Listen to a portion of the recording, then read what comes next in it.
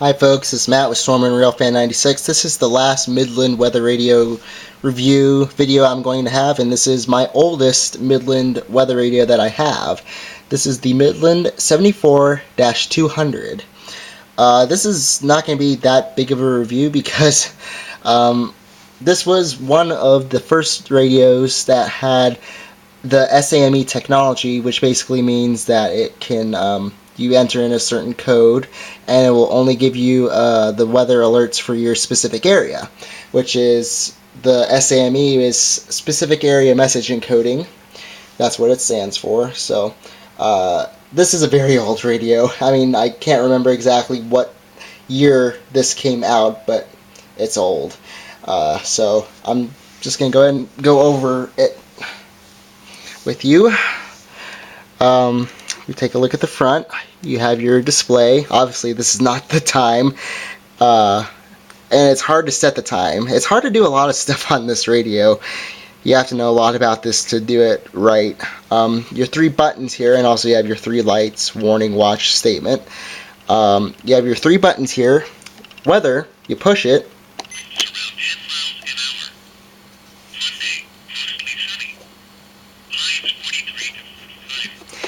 This particular radio is extremely quiet. It's just a very used radio, so it sounds like the voice is in a tin can, but hey, that's okay.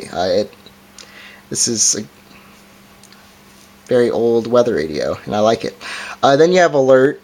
I don't even know what it does, really. It's that old of a radio. I got this from my uncle. This was his first radio, weather radio, and then he upgraded to a Sangean weather radio. We look at the top here. This is where you would do all your programming for the radio, and then here's the snooze. And then to enter in the codes and whatnot, here's a dial, or a set of numbers, and one of the buttons says no, one of the buttons says yes, and then one of the buttons says program. So I'm not even going to do any of that because I would probably screw something up.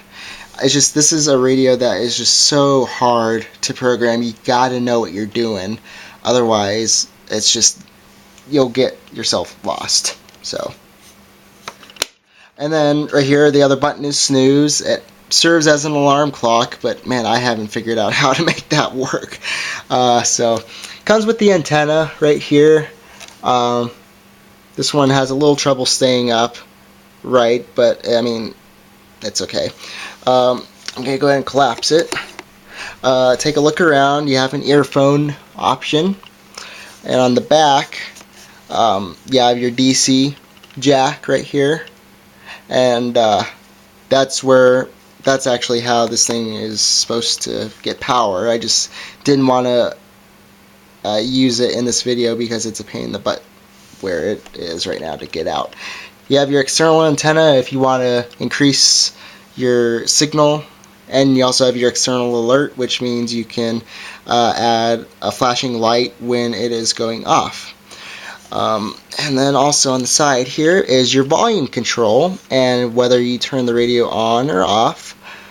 So if there's an event where there's a lot of, my goodness, I'm so sorry about this heater. This is the second time it's done this in 15 minutes, so it's starting to piss me off. But anyways, if there's an occasion where there's a lot of alerts and you need to turn off your radio, you just flip the dial all the way until it clicks, and then it's off. And then right now you can't even get weather or anything, so I gotta turn it back on. And then you also, actually I gotta turn it up to the maximum volume because it's so quiet. And then for your alarm clock, you can set it to on or off. Yeah, so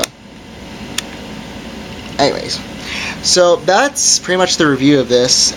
Out of 5 stars, I would give this one 2.5, just because of how difficult it is to program. And I have had some problems with this. Sometimes it just won't respond. It takes some stupid weird stuff just to get it to recover. So it's just an old radio. That's just the honest fact. And to prove that it's old, let me show you the battery backup. It's on the bottom here. Hold on a moment. I just gotta collapse this antenna. On the bottom here, and that's another thing, you can change how loud your alert tone is. I think I have it maxed out, and even then it's not that loud. It's just a beep. And then your battery backup is right here.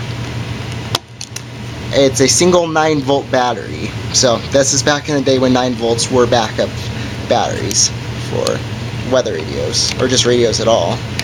And it's a kind of a pain in the butt to put back on, so bear with me.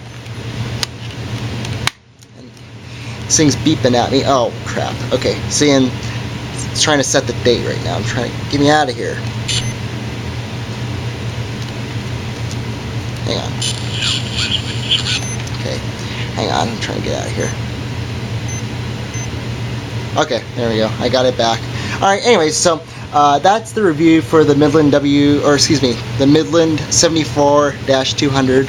There's the model number right there. I don't know if you can see that. So, yeah. Anyways, it's a good radio. Not great, but it's good. It gets the job done. So yeah, that's going to be the end of this video. I'll have more weather radio review videos coming. But for now, that's it for the Midland radios that I own. Thank you very, very much for watching, and I hope you have a Merry Christmas. Thanks for watching.